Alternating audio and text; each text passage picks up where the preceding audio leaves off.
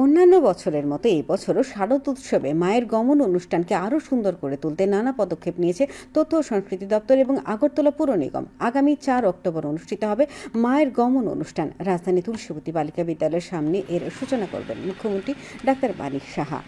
Club, পুজো committee এবং দর্শনার্থীদের কথা মাথায় রেখে নেওয়া নানা পদক্ষেপের কথা জানালেন মেয়র দীপক মজুমদার। আনুষ্ঠানিক উদ্বোধন করবেন। মেইন প্রোগ্রাম হয় আগরতলা দশমীঘাট। সেখানে আমরা বিরাট ব্যবস্থাপনা, 4টি ক্রেন থাকে, একটি স্ট্যান্ড বাই থাকে, 3টি ক্রেনের মাধ্যমে আমরা প্রতিমা নিরঞ্জনের ব্যবস্থা করে থাকি।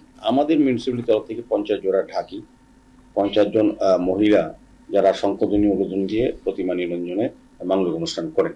সমস্ত ভিতরে ব্যবস্থাপনা আছে, এসডিএফ এনডিএফ স্টাফ আছে, আমাদের হেলথ অফিসার নেতৃত্বে হেলথ ক্যাম্প আছে, লাইফ সাপোর্ট অ্যাম্বুলেন্স থাকে, ফায়ার ব্রিগেড থাকে। আমরা পুজো নিরঞ্জনের জন্য এই 4টা ক্রেন বাদেও 100 জন আলাদা আমরা শ্রমিক রাখি। আগে প্রতিমা নিরঞ্জন মানে একটা দুর্ঘটনা, প্রতিমা নিরঞ্জন একটা আতঙ্ক ছিল। এখন কিন্তু এই বিষয়টা নাই। কেন? উপভোগ করার জন্য মানুষ যায়, দেখার বিষয়।